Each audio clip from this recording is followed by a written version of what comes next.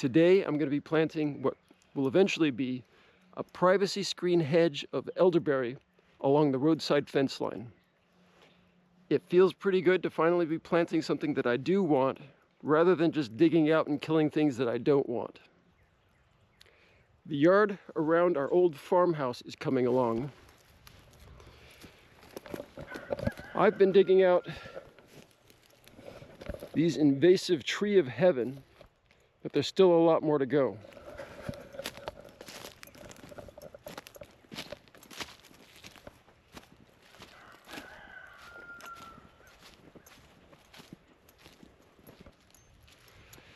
These are lined up here because I wanted to share some of the bigger ones that I've been able to dig out recently. Just look at how much of the root structure I've been able to dig and pry out of the ground.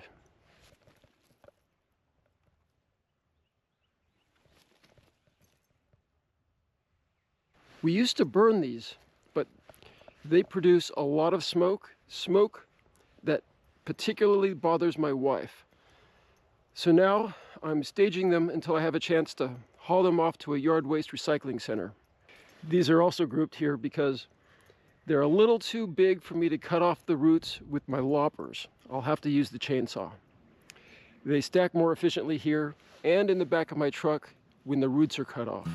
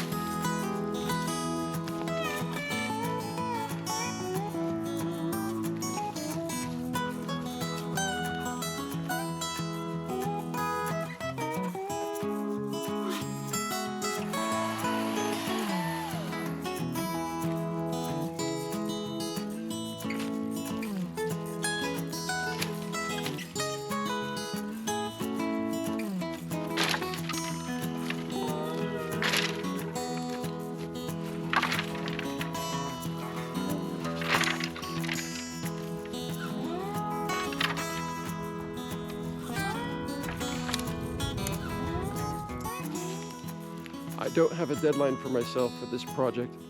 I'm just trying to do what I can when I can. Sometimes it seems like the more that I uproot, the more I see that's left for me to uproot. I try to keep a mindset of gratitude for being able to make this place just a little better each day. Take a look at this root behind me. I'm not done digging it out yet. It has snaked its way through the ground, springing up several trees.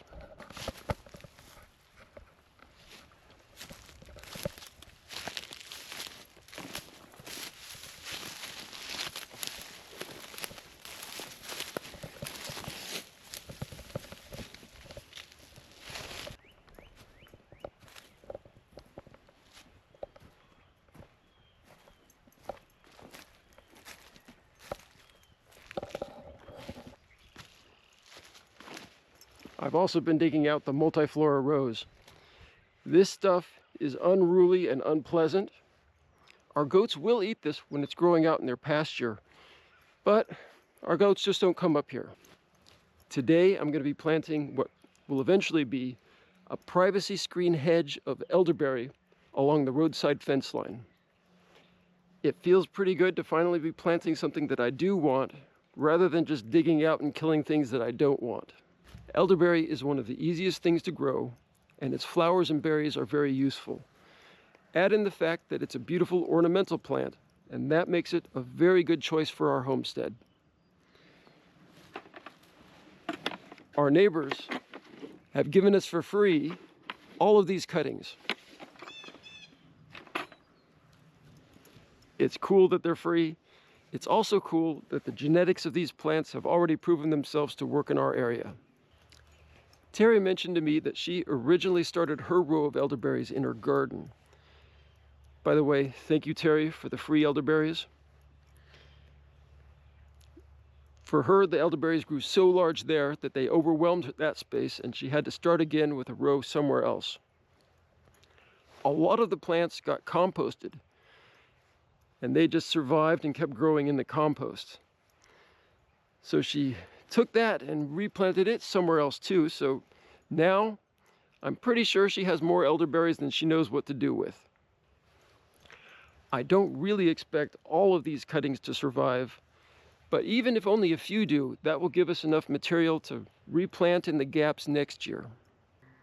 Propagating elderberry is about as simple as it gets. You want to take the cuttings before they start to leaf out. This growth has happened because they've been sitting in water for a while. Now that they are starting to leaf out, it's looking like they're ready to be planted. The cuttings need to have at least 2 nodes, and you can tell which way is up because the nodes point up. I'm not going to go to the trouble of potting these up and struggling to try and keep them damp in pots that tend to dry out. Instead, these are just going to go straight in the ground, and I'm going to use a generous mulching of old bedding and goat poop from our goat shelter. Hopefully, if it gets cold again, that will help insulate the little guys a little bit.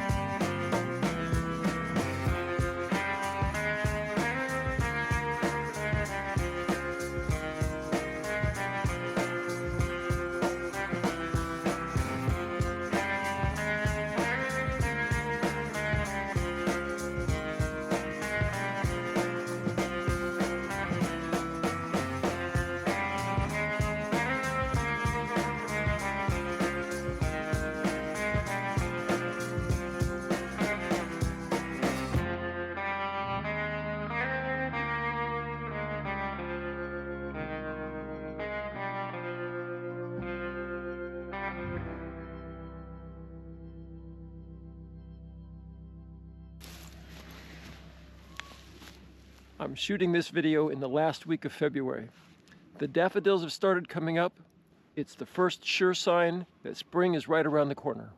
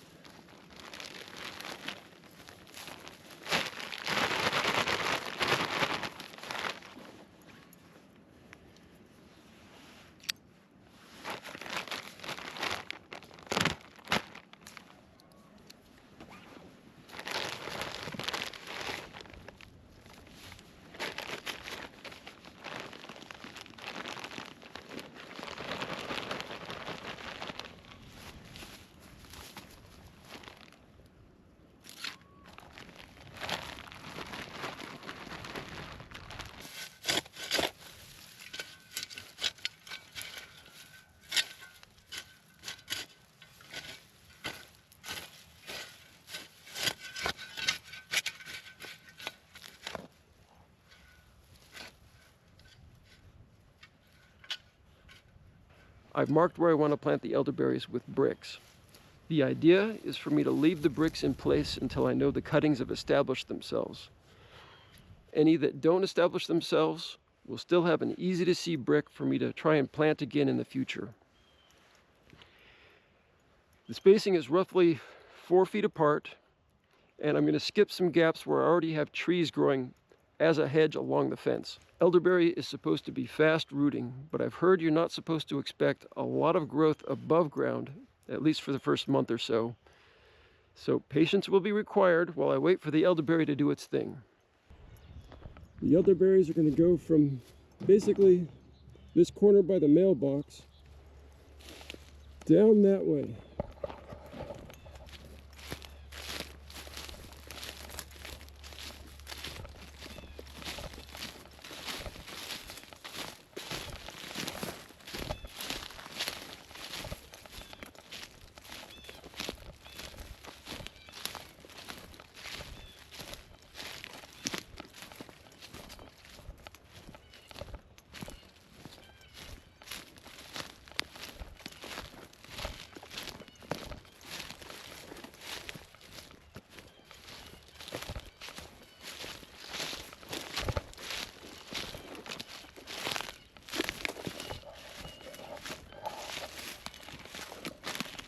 Right here is the edge of the yard for the old farmhouse, and this is where the elderberries will stop.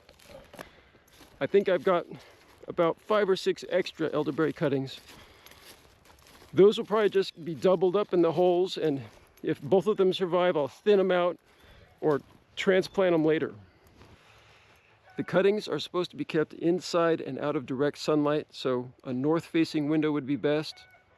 Harsh sunlight can burn the tender leaves. You soak them for about a week, and then they look like this and are ready to be potted up or planted. Because we're just sticking them in the ground, they're going to be exposed to direct sunlight, so I'm just going to hope for the best and let the strong survive. Now, we were delayed in our planting. We had a cold snap come through, so we decided to wait an extra week. We really didn't want the starts to just soak in water and start to rot or anything like that. So Wendy suggested that I use a damp paper towel to wrap around the end of each one. So you can do it either way. Just soak them in water until they look like they're ready to go, or wrap them in a damp paper towel until they're ready to go. Same ends, different means. Let's see, I think we'll start with this one.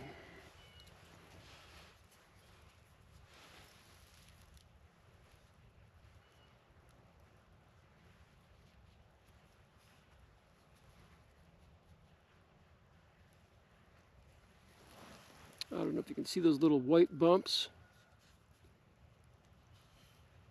Those look like the roots as they're coming out.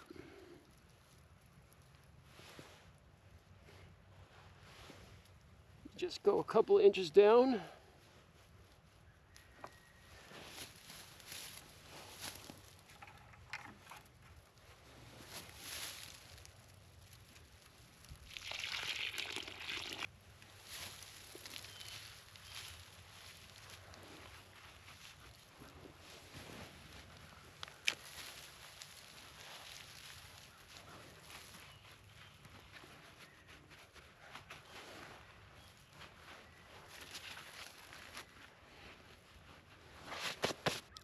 Here's another good shot of what the little roots look like.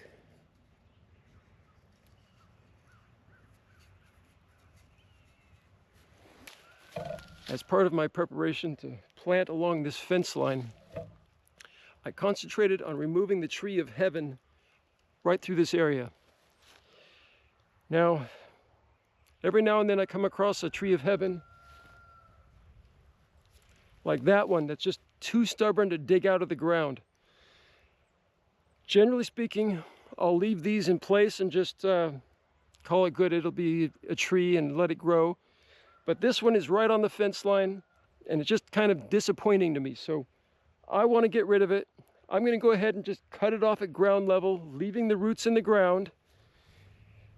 I'll just kind of keep it in the back of my mind to watch this little spot to see how many new shoots keep coming out of the ground, and maybe eventually they will and I won't have to just keep lopping them off in the future.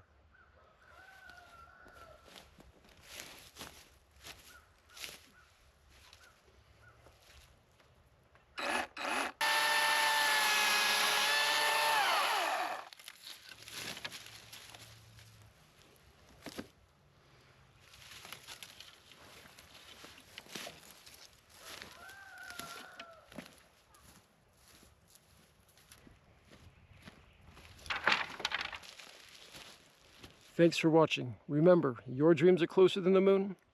Thanks for taking this trip around the moon with us.